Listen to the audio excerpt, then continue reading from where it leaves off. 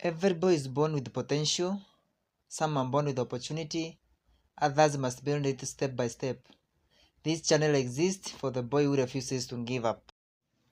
Today, after a certain community event, we met with a certain lady. Niliuliza, "Hey, Titus, how are you?" Mwambia niko poa. How are the boys? How is the mentorship? Namwambia tunaendelea vizuri. And we thank God. Niambia his boy is son now ako grade 9. Niuliza ni nini anapaswa kuwa akimfunza now as the boy transit to adulthood, as the boy plans to join senior school, basically as he preparing for teenhood na exit. And we talked for around 1 hour and it was fine. And I would like also to share 5 things that every boy should know before he turns 18. Before your boy turn 18 and you release him to the world. If you come to Kenya, you know that 18 years old is the age limit for maturity. That is where we get ID, national card, then you are no longer a child. In case you commit a crime, you are now culpable to serve in an adult prison. You no longer go to juvenile.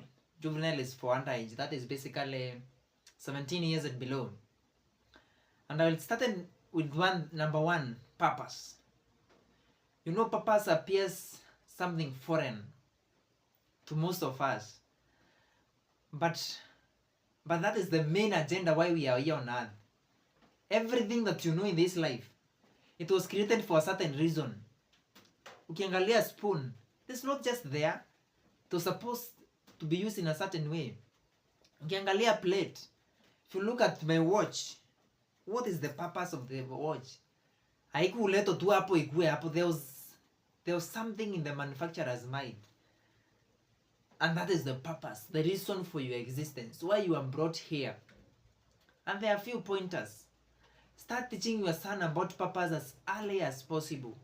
As long as he can grasp knowledge, he can learn some complex mathematics of junior school. The boy is ready to be talking about purpose. The passions, what the boy loves, the greatest passion, or what he hates the highest. It might be a great pointer. The boy, what thing that the boy loves? Does he love football, playing, public speaking? Does the boy love leadership? What is passion? This is going to identify the passion of your son and then nurture it. Pole pole. Then you will be able to give him wings, courage, because to build up on his purpose, on his reason for existence. Let us learn to teach our boys about destiny, about purpose, that we are not here to become career people. Ati nikuwe daktari, nikuwe surgeon, nikuwe mwalimu, ukuwe first, nikuwe businessman. No, we are brought here on a mission. Let us learn to discover, to teach our sons how to discover their purpose as early as possible. Number 2, sex and its consequences. You know, in the most traditional communities, like where I come from, sex education is a taboo. You can never sit down with your son or daughter na muongee mambo ya sex. Mwambie, now my son, the age that we have reached now, unaweza kuwa baba. You can become a father. Now you should take care. And if you become a father right now, it will be a great barrier towards your destiny and purpose. Because now you'll have a burden of parenthood when you're not even ready, when you're already a boy. Sasa utaanza kuhustle, stress, a family here and there, it will become hectic.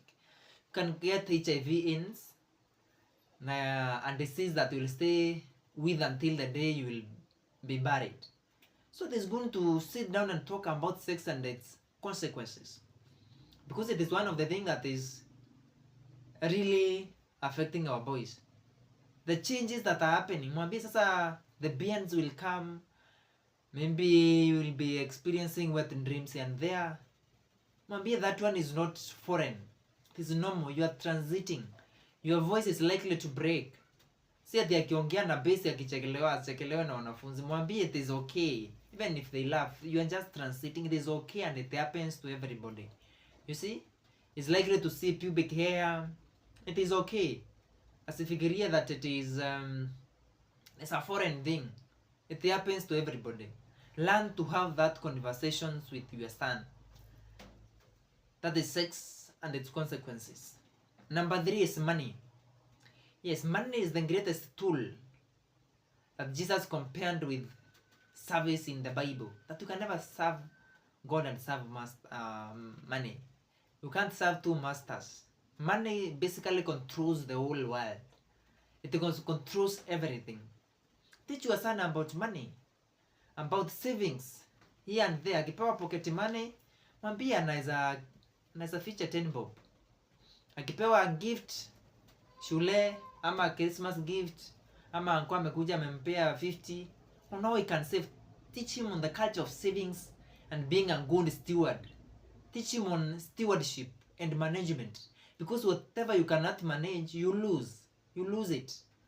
So teach your son on how to save. What happens to money, that the money is good. The love of money is the one which is wrong, that you can kill someone because of money. That is where the problem comes.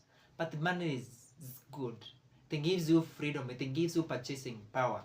Teach your son about money, savings, stewardship, and management. Number 4, emotions.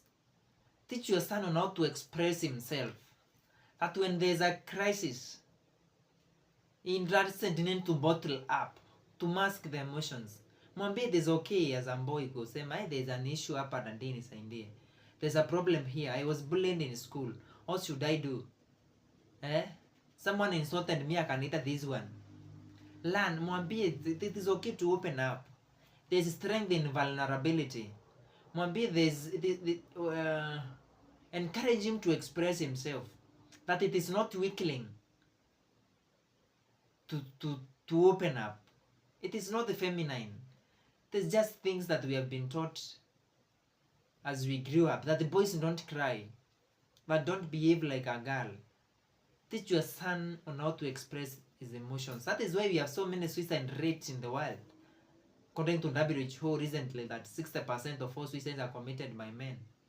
By 6 out of 10, 6 out of 100. Because boys were never taught as they were growing on how to open up. So they end up learning to look for other solutions, to go for alcohol dens, to seek validations from the wrong places, sex and drugs, prostitution, and they end up living a very messy life, and finally they are ruined. Teach your son on how to express himself and how to seek help. It is okay and it is allowed. Finally, teach your boy about manhood. Manhood comes with the responsibility. Teach him on how to be responsible, and in case he breaks the rule, punish him. That if it is responsible, akifika akisha maybe he has watered the trees within the compound, let him do it. If he has to feed some rabbits, some chicken here at home, some few errands here and there hapo nyumbani, let him be responsible. And in case he doesn't, he deserves punishment. Instill that discipline in him on how to become responsible. Ukimpea pesa na mishandle, let him face the consequences. Watch a learn on how to be responsible. That you mess up, there's a knock. Let him learn that one. So that at the end of the day, as he transits, as he exits from your covering, the boy now is properly cooked for the outside. Hata akienda college, akienda university, akienda tertiary institutions, colleges, TVETs, he'll be able to survive. He'll be able to live a better life. He understands the background. He is not likely to be swayed by wave, by peer pressure, by friends, but will live a nice life and will have done your responsibility as a parent. Otherwise, I wish you well. Until we meet next time, I'm your boy child mentor, Titus Mekwa.